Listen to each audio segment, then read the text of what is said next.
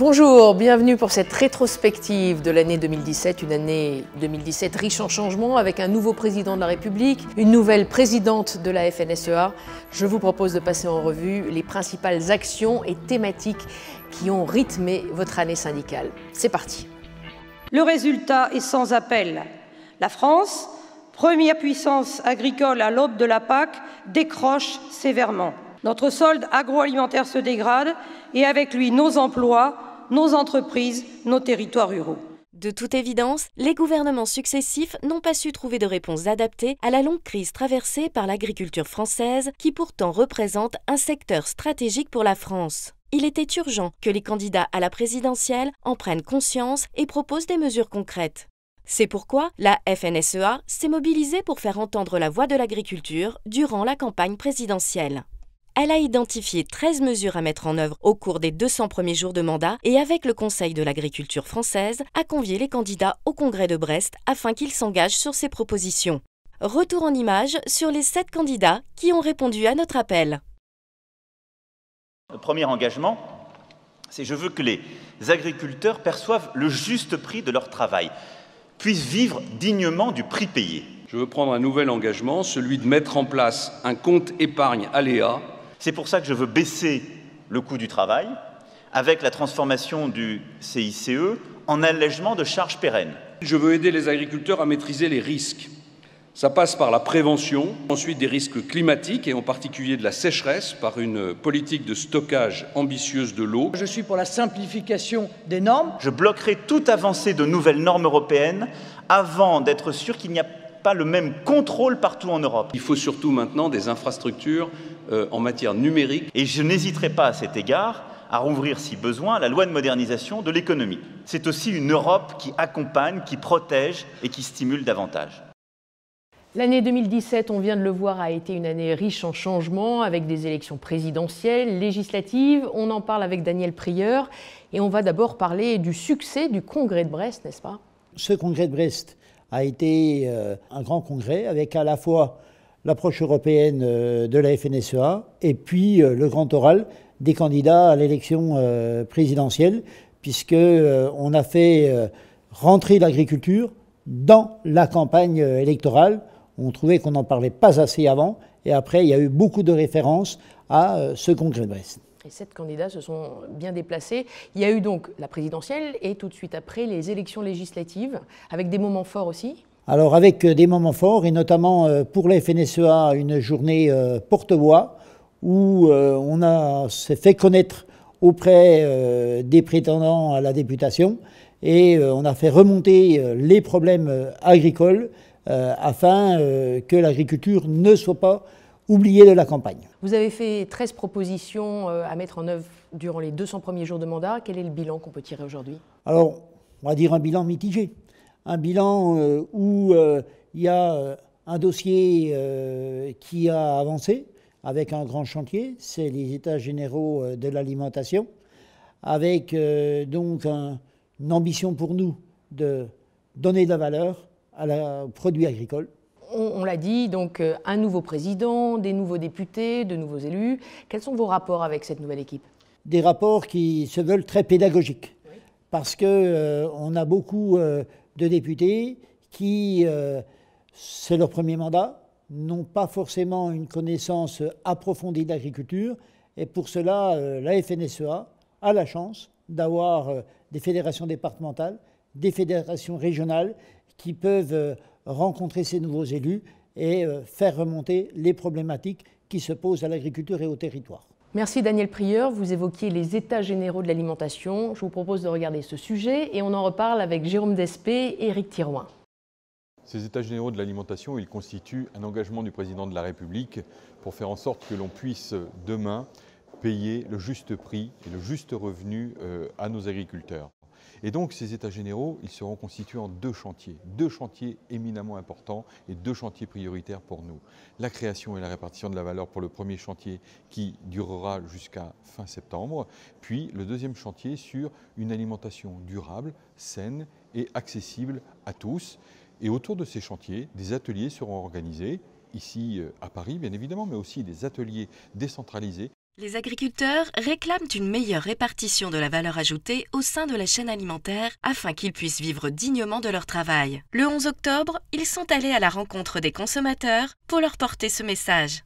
Notre alimentation a un prix, notre métier aussi. Ce qui nous manque aujourd'hui, c'est une juste répartition des marges par rapport aux grandes et moyennes surfaces. Elles se servent de nous et finalement font énormément de marge sur nos produits. Elles doublent, voire elles triplent le prix auquel on leur revend nos produits. Un chiffre édifiant. Sur 100 € dépensés par le consommateur, seuls 6,20 € reviennent aux producteurs. La course au bas prix n'est plus tenable. Stopper la guerre des prix, c'est stopper la dévalorisation permanente du revenu des agriculteurs. C'est leur permettre de vivre, ou plutôt de revivre, de leur travail. La prise en compte des coûts de production ramènera de la rentabilité dans les exploitations, ce qui permettra de moderniser et de faire évoluer les pratiques pour mieux répondre aux attentes des consommateurs. Moi, en tant que consommateur, c'est peut-être pas le cas de tous, mais nous, en tant que consommateurs, on est prêts à payer un peu plus pour avoir de la qualité, et de la qualité française si possible.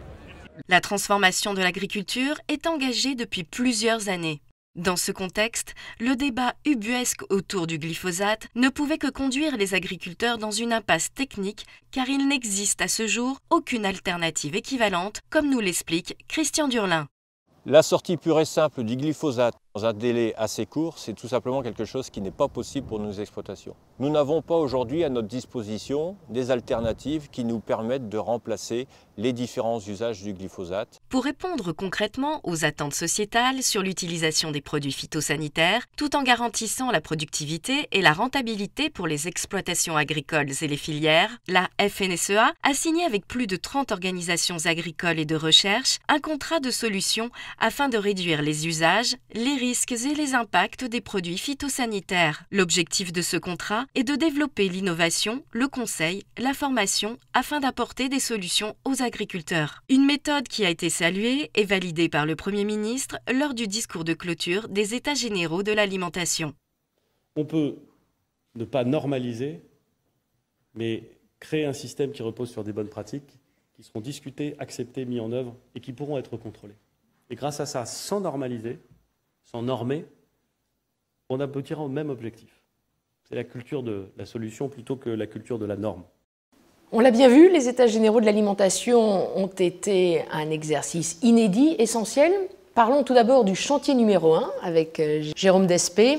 Quelles conclusions tirer sur ce chantier numéro 1 ? Inédit parce que autant de représentants de la profession, de la distribution, de la transformation, des consommateurs, des représentants du ministère sur l'ensemble des ateliers des États généraux de l'alimentation, on ne l'avait pas vécu. Ce chantier 1, pour nous, c'est une satisfaction puisque nous avons porté le chantier lié à la valeur, au partage de la valeur.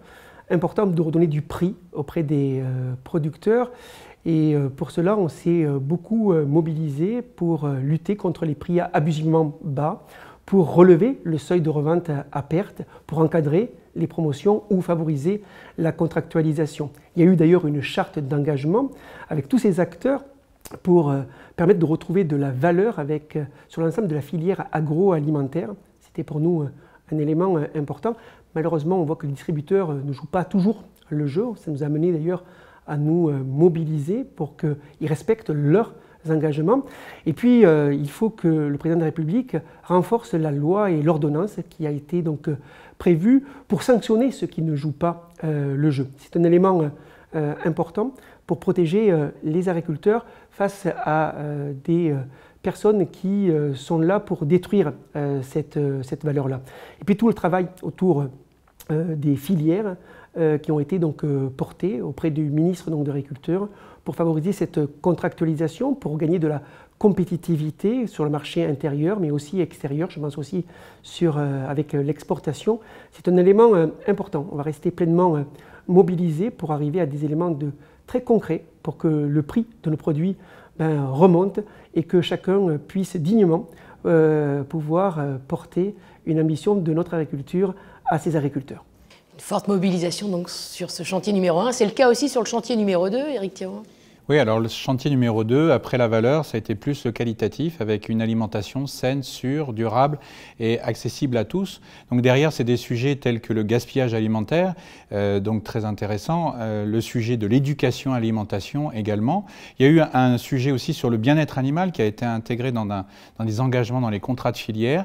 Il y a le sujet de la restauration collective avec 50% de produits bio, local ou de SICO d'ici 2022. Et puis, un dernier sujet, celui des produits phytosanitaires. Alors, on voit il y a des opportunités et des risques. On a des opportunités sur la restauration collective et le local. Il y a un risque. Qu'est-ce que le local? Quel pourcentage de bio? Sur le phytosanitaire, c'est la même chose. On avait un président de la République qui voulait une élimination complète des produits phytosanitaires. Et puis, avec le travail qu'on a fait sur le contrat de solution, qui est la promotion de solutions plutôt que d'interdiction, eh bien, on a fini par convaincre le Premier ministre qui, à la conclusion des EGA, a dit qu'il préférait les solutions aux normes. Donc, les choses ne sont pas terminées. Maintenant, on est sur une feuille de route. Il va falloir décliner tout ça. Et on a un gros danger qui arrive et qui est intérieur de ces feuilles de route. C'est la création de charges nouvelles, puisqu'on entend parler de séparation de vente conseil, donc un nouveau conseil, comment le payer, une augmentation des taxes avec la redevance pollution diffuse, et puis la suppression des rabais, remises et ristournes sur les produits phytosanitaires. Donc on voit bien, on va affronter fortement le gouvernement où la solution, ce n'est pas de créer des charges, mais la solution, c'est de s'investir auprès des agriculteurs pour qu'on aille dans l'innovation, dans la recherche et répondre à l'attente des consommateurs. Merci Eric. Vous allez peut-être aussi affronter les autorités sur un autre sujet, le loup et le plan loup. C'est l'autre sujet, regardez.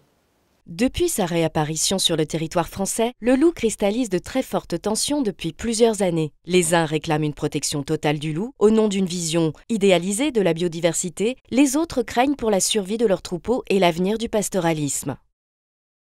La présence de ce prédateur pèse lourdement sur la vie et le travail des agriculteurs qui perdent chaque année plus de 10 000 de leurs bêtes. Selon les chiffres officiels, on dénombre environ 52 meutes sur le territoire national en 2017, soit environ 400 loups, et le nouveau plan national loup se fixe comme objectif d'atteindre 500 d'ici 2023. Chaque année, l'État dépense 27 millions d'euros au nom de la protection et de l'expansion sans limite du loup en France, sans s'attaquer aux racines du problème. Les conséquences sont pourtant dramatiques. Les éleveurs victimes vivent en enfer, le patrimoine pastoral de la France est en danger, l'économie de ces territoires est fragilisée, la sécurité publique menacée et les jeunes sont découragés dans leurs projets d'installation. En France, la population ne cesse de croître. Il s'étend aujourd'hui sur plus de 30 départements contre seulement 9 en 2011. Au-delà des chiffres, nous avons voulu donner la parole à un agriculteur qui a été plusieurs fois victime de ce prédateur et qui nous confie son désarroi. Sur l'exploitation et tout près des bâtiments.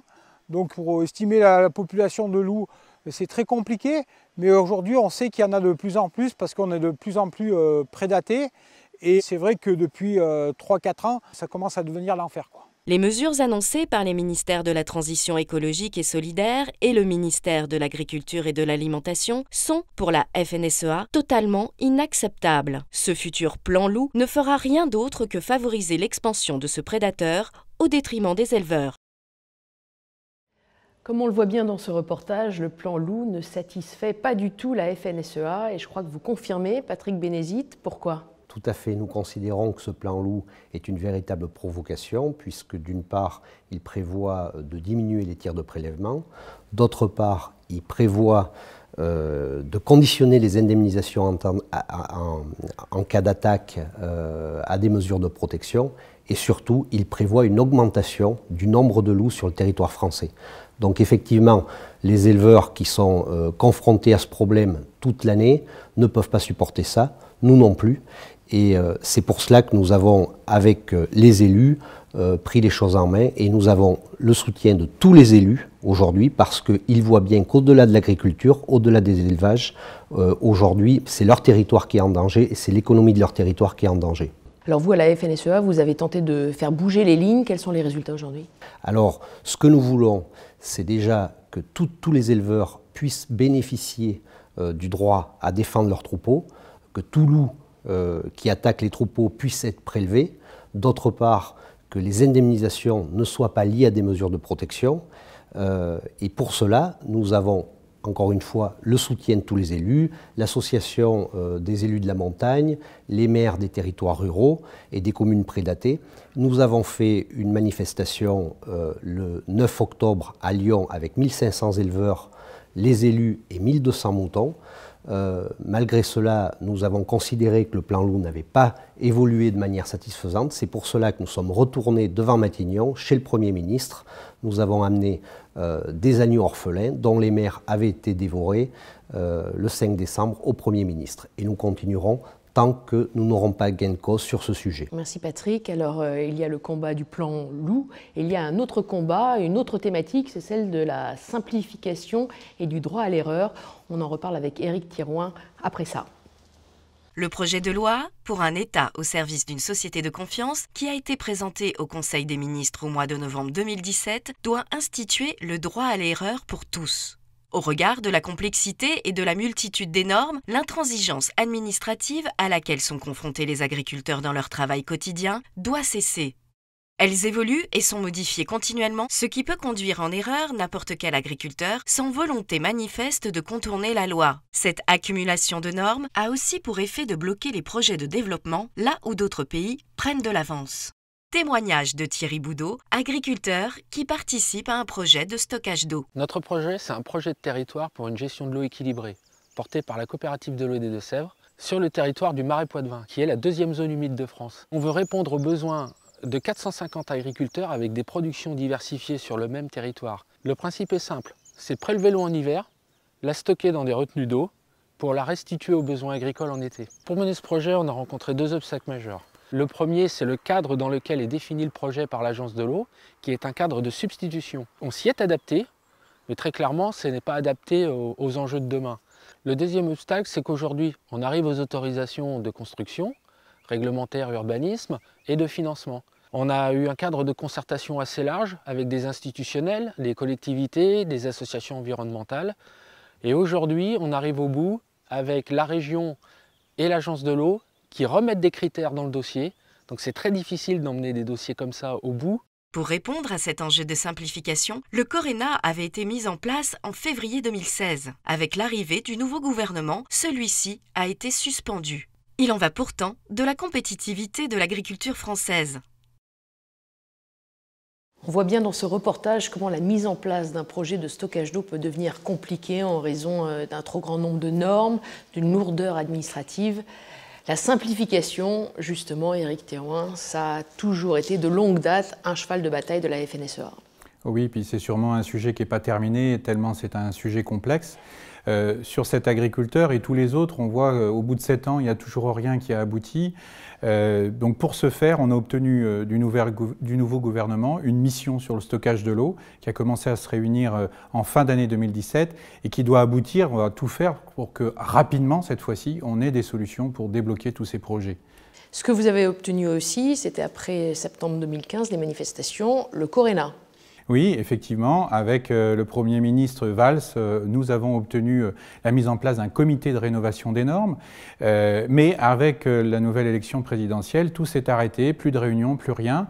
On a dû œuvrer très fortement pour que ça puisse être remis en route, et donc le président de la République, lors de ses vœux fin janvier, a décidé de réinstaller le Coréna, et je pense que ça va être capital. Beaucoup de choses sont possibles avec ça.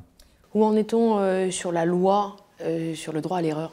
Alors, autre sujet, effectivement, la loi sur le droit à l'erreur, la confiance du citoyen, ils ont changé de nom plusieurs fois. Sur cette loi, ça a été très compliqué puisque étaient évacués tous les sujets environnementaux et de politique agricole commune. Si on enlève l'environnement et la PAC, effectivement, pour l'agriculteur, il ne reste plus grand-chose. On a réussi, malgré tout, à l'intérieur, de supprimer la disposition qui consistait à supprimer le contrôle des structures, mais on a aussi, sur l'environnement, obtenu qui est à nouveau un engagement, une simplification sur la procédure de consultation du public, mais qui est également que quand on pose une question, la réponse soit formelle et engage l'État, et enfin que les circulaires soient opposables. Et ça, c'est une nouveauté. Or, il se trouve que le Premier ministre, Édouard Philippe, a sorti une circulaire applicable depuis le 1er septembre 2017 qui dit que s'il y a une norme créée, il doit y avoir 2 normes supprimées, qui dit qu'il faut qu'il y ait une interdiction de toute surtransposition. Ah oui, ça, on en veut bien. Et puis qu'enfin, qu'il y ait une étude qui soit, quand il y a une étude d'impact qui est faite, qu'on regarde la charge pour l'administré. Donc, ça veut dire pour l'agriculteur. Eh bien, ça nous va bien. Eh bien, on va faire en sorte qu'elle soit opposable et qu'elle soit strictement appliquée. Donc on voit, on a du travail à un autre niveau, mais aussi au niveau local, au niveau du terrain. Et quand même pas mal de victoires, dont une victoire dont on va parler maintenant, la représentativité patronale. Et là, c'est une victoire syndicale forte qui a été obtenue. L'enjeu de la réforme de la représentativité était de faire reconnaître légalement, et sur la base de critères objectifs, la légitimité de la FNSEA. Écoutons Jérôme Voll, président de la commission emploi de la FNSEA. Aujourd'hui, très concrètement, on a besoin de cette reconnaissance par les textes de la FNSEA comme une organisation patronale représentative. Cela nous permet d'avoir une légitimité totale sur notre action et sur la capacité de négocier avec les centrales syndicales.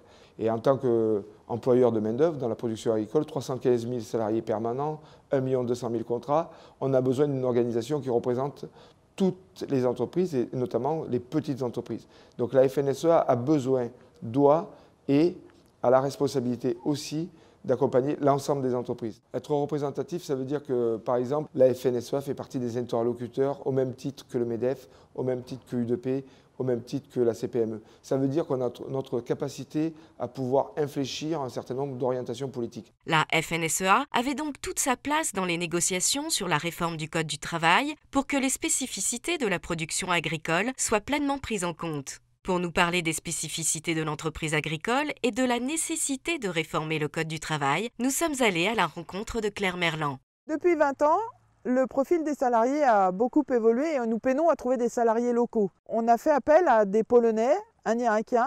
Embaucher quelqu'un, c'est écrire un certain nombre de documents qui vont de la déclaration à l'embauche à la fin de contrat.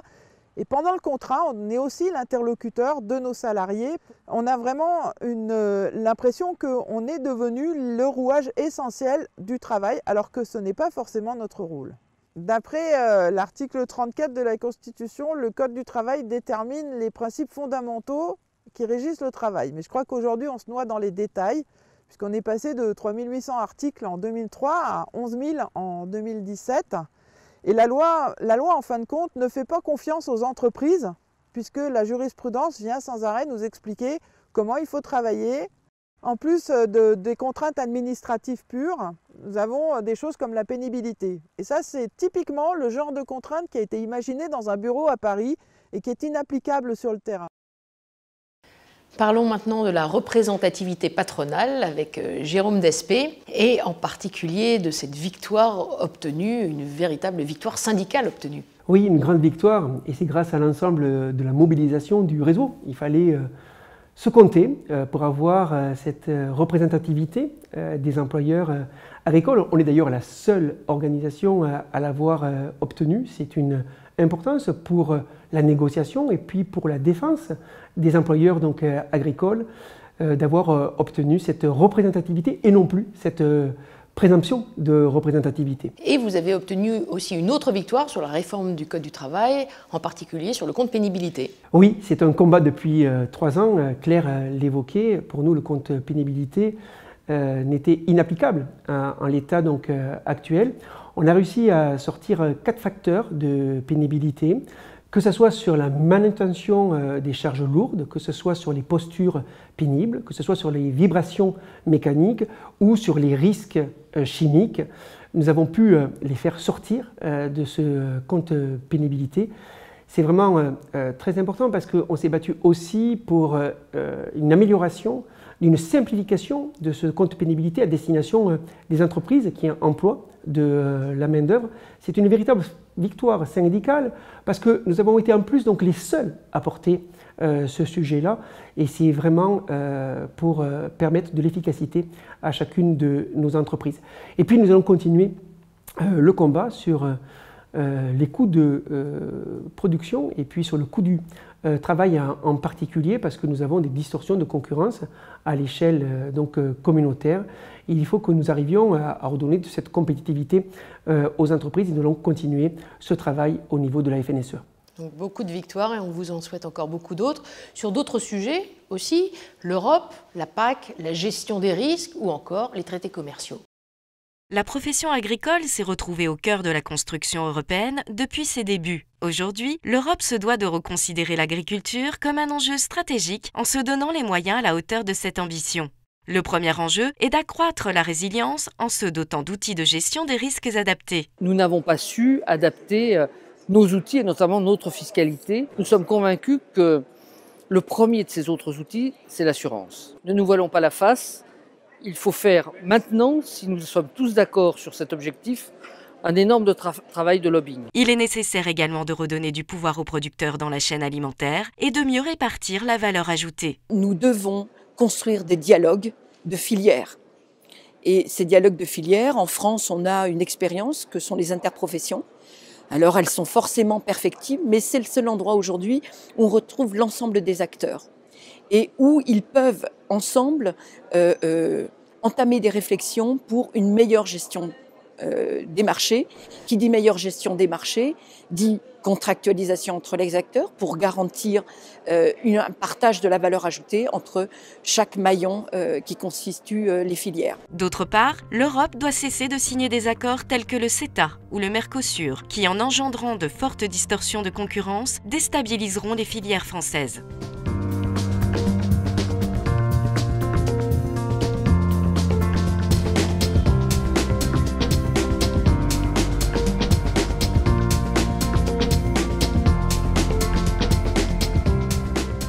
Quand on parle d'agriculture, on parle de fait de mondialisation. Je considère que dans les accords de libre-échange, il faut protéger à la fois les agriculteurs et il faut protéger les produits, ce qui n'était pas le cas dans le contrat donc, avec le Canada. Moi, sur mon exploitation, je dois vendre à un prix de marché mondial avec des moyens de production qui sont franco-français.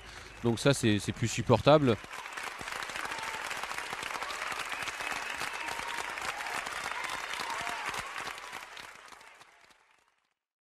L'Europe, la PAC, la gestion des risques, les traités commerciaux, autant de sujets qui ont été abordés dans ce reportage et qui sont au cœur du rapport d'orientation de Brest.